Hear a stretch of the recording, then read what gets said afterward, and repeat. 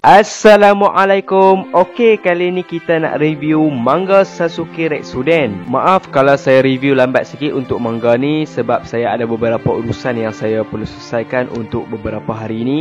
Dan untuk pengetahuan korang, manga Sasuke Retsuden akan keluar 2 minggu sekali. Jadi ia lebih cepatlah berbanding manga Boruto. Sebelum kita mulakan video, saya harap sangat dengan support daripada korang semua. YouTube sekarang ni dia dah buat satu benda yang baru, iaitu dengan Super Thanks, yang mana korang bolehlah berikan sedikit penghargaan ataupun sumbangan kepada saya. Jadi dengan sumbangan ini saya lebih bersemangatlah untuk konten-konten yang seterusnya. Tapi saya tak paksa pun untuk korang sumbangkan. Kalau korang ada duit, kalau korang ada rezeki lebih, korang bolehlah kongsikan dengan saya. Kalau korang tak ada pun tak ada masalah. Just like video ni dan share video ni kepada orang ramai. Jadi tanpa melengahkan masa, jom kita teruskan dengan manga Sasuke Retsuden chapter yang pertama. Manga Sasuke Retsuden bermula dengan keadaan Naruto yang mengalami satu penyakit yang sangat-sangat misteri, dan Naruto memang tengah menderita sangatlah akibat penyakit tersebut. Jadi Naruto pun suruhlah Sasuke untuk berhenti, dan Naruto berkata, "Sasuke, kau nak pergi rendaku kan?" Tapi malangnya Sasuke tak jawab apa yang ditanyakan oleh Naruto, dan tak lama lepas tu kita dapat lihat yang Sasuke terus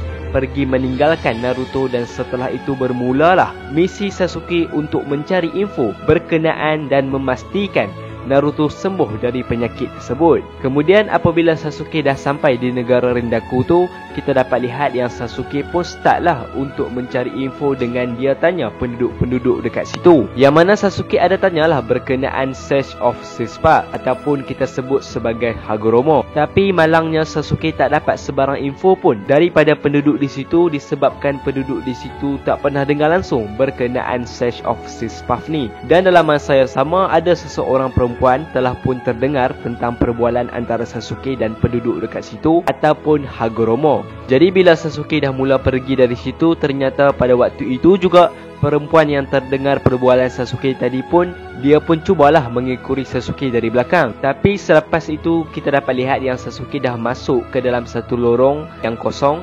Secara tiba-tiba Sasuke telah pun menghilangkan diri, dan rupanya Sasuke sebenarnya dah perasan yang orang lain sedang mengikuti dia dari belakang. Jadi Sasuke pun muncullah di hadapan orang tersebut ataupun perempuan tersebut dan tanyalah kepada dia, "Kenapa kau mengikuti aku?" Sambil tu kita dapat lihat yang Sasuke juga dah ready untuk mengambil pedang dia kalau perempuan ni nak lakukan sesuatu kepada Sasuke. Jadi orang tu pun jawablah, "Aku ada dengar tadi yang kau ada tanya pasal Search of Six Path." Jadi bila Sasuke dengar je apa yang dikatakan oleh perempuan tu, Sasuke pun terkejutlah, dan Sasuke pun tanyalah, "Hey, kau pernah dengar ke pasal Search of Six Path?" Dan kemudian mereka berdua pun jalanlah sambil berbual, dan perempuan tu pun ada katalah yang dia tak tahu sangat pun pasal Search of Six Path ni. Tapi dia ada kata yang mak dia menjual barangan-barangan yang lama, dan aku pernah dengar yang mak aku pernah sebut pasal Search of Six Path ni. Dan kita juga dapat tahu yang mak kepada perempuan itu adalah bernama Layla. Dan semasa mereka berdua sedang berbual dalam perjalanan, secara tiba-tiba telah berlaku pencurian dekat kedai mak Layla. Jadi Sasuke pun tak tunggu-tunggu, dia terus bertindak untuk menghalang pencuri tersebut. Tapi disebabkan dekat kawasan tu kan kita dapat lihat ramai orang awam, jadi Sasuke pun tak bolehlah menggunakan shuriken. Jadi akhirnya Sasuke memilih untuk menggunakan kekuatan mata reningannya. Sasuke pun telah menggunakan kemampuan Amino Tejikara untuk berpindah tempat dengan pasu yang dicuri oleh pencuri tersebut, dan dengan mudah kita dapat lihat Sasuke telah menendang pencuri yang berhampiran dengan diri dia. Dan lepas tu tinggallah seorang pencuri lagi, dan kita dapat lihat yang dia telah bertindak untuk membunuh seorang perempuan. Tapi Sasuke dengan mudah hanya menggunakan genjutsu dari Sharingannya dan menyebabkan pencuri itu mudah dikalahkan. Dan akhirnya disebabkan keadaan itu, pencuri-pencuri tersebut telah pun ditangkap oleh pihak polis. Mereka dibawa ke penjara Tatar. Selepas je dari kejadian tersebut, kita dapat lihat yang Mak Layla pun tahulah yang Sasuke merupakan seorang shinobi. Jadi bila Mak Layla dah tahu tentang Sasuke ni yang datang bersama dengan anaknya sebentar tadi, Mak Layla ni pun berkenallah dekat Sasuke. Sebab dalam masa yang sama, Mak Layla ni pun sedang mencari orang yang boleh menjadi menantu ataupun menjadi suami kepada anak dia. Jadi Mak Layla ni pun berkenallah nak jadikan Sasuke ni sebagai menantu ataupun suami kepada anak dia. Tapi last-last Sasuke pun jawab balik yang dia dah kahwin dan dia juga sudah mempunyai seorang anak. Lalu babak telah menunjukkan keadaan Naruto balik, di mana kita dapat lihat yang Naruto dalam keadaan yang semakin teruk. Dan Shikamaru pun ada katalah yang sekarang kita tak boleh melakukan apa-apa. Kita hanya perlu berharap yang Sasuke dengan Kakashi mampu mencari info yang cukup penting dekat negara Rendaku ni. Kemudian balik semula ke babak Sasuke. Dan Sasuke pun ada ceritalah yang sebenar bagaimana Sage of Six Paths ataupun Hagoromo mampu menyembuhkan dirinya dari penyakit yang dia hidapi sebelum ni, di mana dikatakan Hagoromo mampu sembuh setelah dia mendapatkan penawar yang ada di negara Rendaku. Jadi Sasuke pun ada tanyalah Mak Layla, bagaimana Mak Layla, adakah kau tahu ataupun mempunyai sedikit maklumat berkenaan tentang penyakit ni? Dan Mak Layla pun jawablah yang dia sebenarnya tak tahu sangat berkenaan tentang penyakit ni. Tapi dalam buku sejarah yang bernama Yori pernah menceritakan yang Hagoromo itu pernah menjumpai penawar penyakit di penjara Tatar. Jadi kerana keadaan itu, Sasuke pun ingatlah yang pencuri yang ditangkap sebentar tadi itu pun dibawa ke penjara tersebut. Jadi disebabkan keadaan itu, Sasuke pun tanyalah kepada Mak Layla bagaimana cara dia nak pergi ke penjara Tatar tersebut. Kemudian babak telah menunjukkan keadaan di penjara Tatar, di mana kita dapat lihat yang tahanan di situ sedang melakukan kerja yang sangat teruk. Lalu bila tahanan-tahanan dekat sana dah dapat waktu rehat, mereka pun makanlah makanan tengah hari mereka. Dan kita juga ditunjukkan pencuri-pencuri yang tadi ada katakan sesuatu, yang mana mereka berkata, "Hei, tadi aku dengar ada seseorang tahanan yang baru telah masuk ke penjara ni.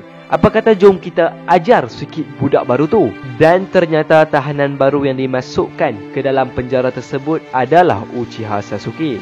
Jadi pencuri-pencuri tadi pun datanglah kepada Sasuke, dan pada awalnya mereka ni nak bully Sasuke lah. Tapi perkara lain yang terjadi, di mana kita dapat lihat Sasuke dengan mudah membantai mereka semua. Dan adalah seorang penjaga yang telah melihat keadaan itu, dan dia pun uguklah Sasuke dan nak berilah sedikit hukuman kepada Sasuke. Tetapi secara kebetulan kita dapat lihat semasa berlakunya kekecohan tadi, ternyata keadaan itu telah dilihat oleh ketua penjara dekat situ. Dan akhirnya dia pun lepaskanlah Sasuke dari hukuman tersebut. Cumanya lepas sahaja dari keadaan itu, ketua penjara itu atau namanya adalah Zansol pun ada katalah berkenaan tentang Sasuke. "Hei kau, jangan ingat kau akan terlepas macam tu sahaja. Kalau kau lepas ni lakukan perkara-perkara seperti ini lagi, kau pasti akan menerima balasannya." Dan selepas tu kita berpindah ke babak yang lain, di mana kita dapat lihat yang pencuri yang kalah dengan Sasuke, yang terkena genjutsu Sasuke tadi tu, dia pun ada datanglah bertemu Sasuke. Dan adalah perkara yang dia nak beritahu kepada Sasuke, di mana dia ada ajak Sasuke untuk bekerja bersama dia supaya dia dan Sasuke mampu keluar dari penjara tersebut. Tapi last-last Sasuke ni dia tak kisah pun pasal semua tu, kerana dia hanya fikirkan tentang perkara yang lebih penting, iaitu berkenaan penyakit Naruto ataupun penawar yang dia perlu cari. Dan di hujung chapter kita dapat lihat yang ada seekor monster yang bernama Meno telah pun membunuh seorang tahanan yang cuba melarikan diri.